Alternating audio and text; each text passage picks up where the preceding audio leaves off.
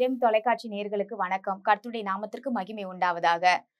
ரட்சிப்பதற்காக தேவன் நியமித்திருக்கிறார் என்ற தலைப்புல பார்க்கிறோம். அதற்கான ஒரு வேத வசனத்தை நான் உங்களுக்காக வாசிக்க விரும்புகிறேன். 1 தெசலோனிக்கேயர் 5:9. தேவன் நம்மை கோபாக்கினைக்கென்று நியமிக்காமல் நம்முடைய கர்த்தராகிய இயேசு கிறிஸ்துவின் மூலமாய் ரட்சிப்படைவதற்கென்று நியமித்திருக்கிறார். கோப ஆக்கினைக்கு பாருங்க, கோப ஆக்கினை, தேவனுடைய கோப ஆக்கினை பழைய ஏற்பாட்டுல கர்த்தரா பாருங்க. கர்த்தரா பாத்தீங்கன்னா ரொம்ப ரொம்ப கோப ஆக்கினையில இருந்தவர். ஜனங்களை எப்படிலாம் அழிச்சார் அப்படின்னா, நோவா காலத்துல ஜலத்தினால தண்ணிய மழைய வர வச்சு அழிச்சார். பார்வோன் பாருங்க, கோபத்தை மூட்டிக்கிட்டே இருந்த ஆண்டவருக்கு விரோதமா செயல்பட்டு கொண்டிருந்த பார்வோனை எப்படி அழிச்சார் பாருங்க. அவனுடைய தலைச்சல் பிள்ளைகளை அவர் சங்கரித்தார்னு பார்க்கிறோம். தேவனுக்கு விரோதமா யாருமே செயல்பட முடியாது. தேவன் உங்களையும் என்னையும் எதற்காக அழைத்திருக்கிறார், நியமித்திருக்கிறார் அப்படின்னா ரட்சிப்பதற்காக. ஆனா இன்னைக்கு நிறைய பேர் பேசுற ஒரு வார்த்தை, தேவன் எனக்கு பாடுகளை கஷ்டங்களை கொடுப்பதற்காக படைச்சிட்டாரு, என்னை பாடுபடுறதுக்காகவே இந்த கடவுள் படைச்சிட்டாரு போல இருக்குது, என்னை ஏன் தான் இப்படி போட்டு வதைக்கிறாரோ தெரியல. யார் பேசுறதுங்க? மனுஷங்க தான் பேசுறோம். கடவுள் ஒருத்தரை போட்டு கஷ்டப்படுத்துறதுக்காக படைச்சிட்ட மாதிரி பேசுறாங்க. கஷ்டப்படுறதுக்காக படைச்சா எதுக்கு அவர் சிலுவையை சுமக்கணும், அவர் சிலுவையை ஏற்றுக்கொள்ளணும், அவர் சிலுவையில ஏன் இந்த தன்னுடைய ஜீவனையே கொடுக்கணும்? அவர் ஒரு பொய் கூட சொல்லாத மனுஷன். நம்ம எத்தனை பொய் பேசுறோம் ஒரு நாளைக்கு, வாயை திறந்தா பொய். அதுவும் ஒரு சில பேர் பார்த்தீங்கன்னா பொய் மூட்டையை வச்சுக்கிட்டே இருப்பாங்க அவங்க முதுகுல. அப்படிப்பட்ட பொய்களை பேசுற மனுஷனுக்காக தேவன் இறங்கி வந்தார்.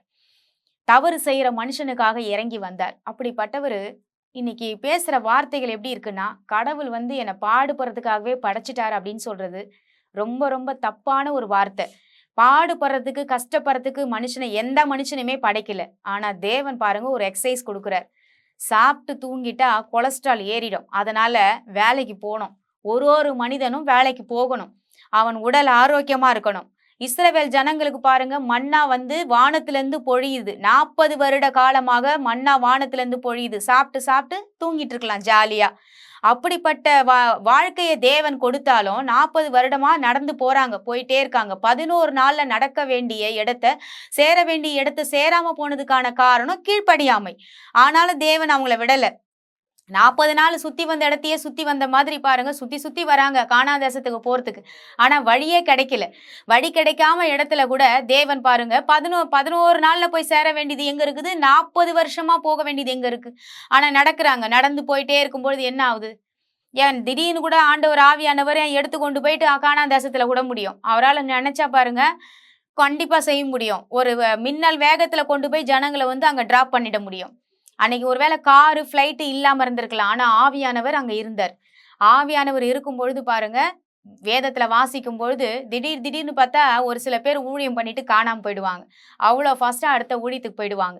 எப்படின்னா அந்த ஆவியானவருடைய வேகம் ஏன் கடைசி நாட்கள்ல கூட மறுரூபமாக்கப்படும் அப்படின்னு சொல்லி நம்ம வார்த்தையை பார்க்கிறோம். மறுரூபமாக்கப்படும் பொழுது தேவன் இந்த உலகத்துல தேவன் ரட்சிக்கப்பட்டவங்களை எப்படி எடுத்துக்கொள்வார் அப்படின்னா, ஒரே நிமிடம் கண் இமைக்கும் நேரத்துல மறுரூபமாக்கப்படும் அப்படின்னு பார்த்தோம்னா, கண்ணை மூடி திறக்கிறதுக்குள்ள எல்லாரும் இங்க இருக்கிறவங்க பரலோகத்தில் கொண்டு போயிடுவாங்களாம். இது எங்க நம்பக்கூடிய ஒரு வார்த்தையா?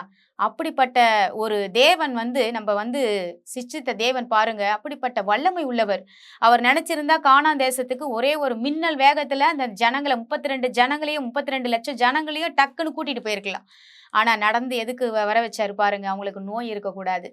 2வது அவங்க செய்த தவறுகளை மன்னிக்கணும். இதுக்கு ஒரு கால அவகாசம் தேவைப்பட்டுச்சு. அப்போ தேவன் எதற்காக வந்தார் அப்படின்னா, ரட்சிப்பதற்காக தான் நமக்கு சில காலங்களை கொடுக்கிறார். காலங்களையும் சமயங்களையும் உண்டாக்கின தேவன் நமக்காக ரட்சிப்பதற்காக தான் வந்தாரே தவிர அவர் தண்டனை கொடுப்பதற்காக வரல. தண்டனை எல்லாம் பழைய ஏற்பாட்டு காலத்திலேயே பார்த்துட்டோம். நோவா காலத்துல உலகத்தை அழிச்சாரு. எவ்வளோ ஜனங்க கீழ்ப்படியாமையினால செஞ்சும் போது பாத்தீங்கன்னா அவர் நினைச்சா உலகத்தை அழிச்சிட்டு போயிட்டே இருக்கலாம். இந்த மனுஷங்களை எத்தனை வாட்டி சொல்றதுன்னு சொல்லிட்டு பாருங்க அழிச்சிட்டு போயிட்டே இருக்கலாம். ஆனா இன்னமும் அவர் ரட்சிப்பதற்காக தான் தன்னுடைய ஜீவனை கொடுத்து வெயிட் பண்ணிட்டு இருக்காரு. ஏன்னா ஆண்டவர் ஒவ்வொரு பிள்ளைகளையும் அவருடைய சொந்த பிள்ளைங்க, சொந்த சுவாசம், அவர் மூச்சு காத்த கொடுத்துதான் பாருங்க மனுஷனை படைச்சிருக்கிறாரு. இந்த உலகத்துல மண்ணுனால ஒரு பொம்மையை செஞ்சாலும் அவருடைய நாசியின் சுவாசத்தை ஊதுனதா அந்த இடத்துல பார்க்கிறோம். 1ஆம் அதிகாரத்துல நாசியின் சுவாசம்னா அவருடைய உயிரை கொடுத்திருக்கிறாரு. அவருடைய உயிர், அந்த உயிரை பாருங்க எல்லாரும் அழிஞ்சு போயிடணும், எல்லாரும் கோபாக்கினைக்கு போயிடணும், தண்டிக்கணும்னு சொல்லி அவர் கொடுக்கறது கிடையாது.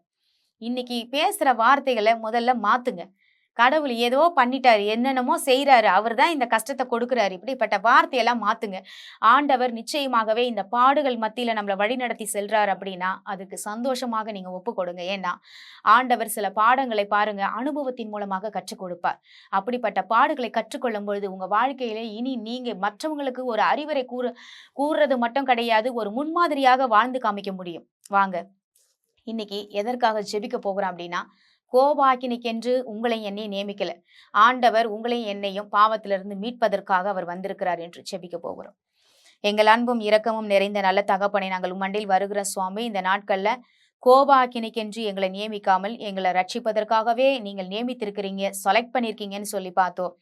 ஒரு செலக்ஷன் நடந்தது. அந்த செலக்ஷன்ல ஆண்டவரே ஒரு பெரிய ராஜா எங்கள நீங்க உங்களுடைய பரலோக வாழ்வை சுதந்தரிப்பதற்காக செலக்ட் பண்ணியிருக்கீங்க. அந்த வாழ்க்கையை நாங்கள் புரிந்து கொண்டு, தேவனை தூஷிக்காம, தேவனை எப்ப பார்த்தாலும் திட்டிக்கிட்டு இல்லாம, கடவுள் என்னை படைச்சிட்டாரு, ஏன் தான் இந்த வாழ்க்கையோ எனக்கு, எதற்காக இந்த நரக வாழ்க்கை, எதற்காக எனக்கு கண்ணீர் பாடு என்று நாங்கள் புலம்பாம, இந்த வாழ்க்கையை நாங்கள் சந்தோஷமாக ஏற்றுக்கொண்டு இனி வருகிற காலங்கள்ல பிரச்சனையை எதிர்கொண்டு வாழ எங்களுக்கு தைரியத்தையும், ஆண்டவரே மன கஷ்டங்களிலிருந்து விடுதலையும், கவலையும், கண்ணீரையும் போக்கி எங்க கூட தேவன் இருக்கிறீர் என்ற நம்பிக்கையை, ஆண்டவரே எங்க கூட நீங்க என் தேவனே இருக்கும் பொழுது எல்லாவற்றையும் நாங்கள் சுதந்திரித்து வாழ முடியும் என்ற, ஆண்டவரே எங்களுக்கு ஒரு தேவன் மீது வைத்திருக்கிற அதிக விசுவாசத்தையும் எங்களுக்கு ஆண்டவரே தகப்பனே எங்களுக்கு வெளிப்படுத்தும்படியாக நாங்கள் ஒப்பு கொடுத்து வேண்டிக் கொள்ளுகிறோம். ஜீவனுள்ள நல்ல தகப்பனே, ஆமேன். கர்த்தர் நம் அனைவரையும் ஆசிர்வதிப்பாராக. God bless you.